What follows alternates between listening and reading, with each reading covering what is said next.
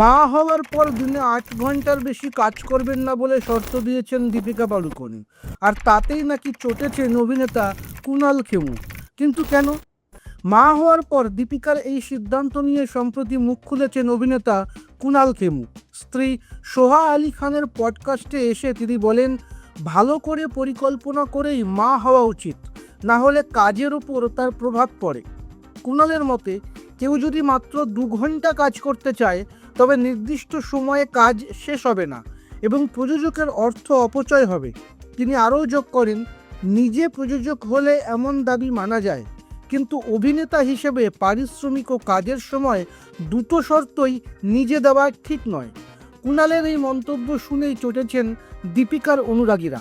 নেটিজেনদের একাংশ বলছেন, অক্ষয় কুমার বা অজয় দেবগন যখন কাজের সময় নিয়ে শর্ত দেন তখন তো সমস্যা হয় না, তবে মহিলাদের বেলাতেই কেন যত আপত্তি? কুণালের এই বক্তব্য কি আপনার কাছে যুক্তিযুক্ত মনে হয়, নাকি একটি নারী বিদ্বেষী মানসিকতার পরিচয়? কমেন্টে আপনাদের মতামত জানান এবং এরকম আরও খবর পেতে সাবস্ক্রাইব করুন এই চ্যানেল। আপনার নিজের জন্য বা নিজের ব্যবসার জন্য পার্সোনাল বা বিজনেস ওয়েবসাইট তৈরি করতে চান, অথবা তৈরি করতে চান আধুনিক মোবাইল অ্যাপ, কোথায় যোগাযোগ করবেন, কিভাবে শুরু করবেন বুঝতে পারছেন না? যোগাযোগ করুন নিচে দেওয়া ফোন নাম্বারে। আপনার সমস্ত প্রশ্নের উত্তর পাবেন এখানেই।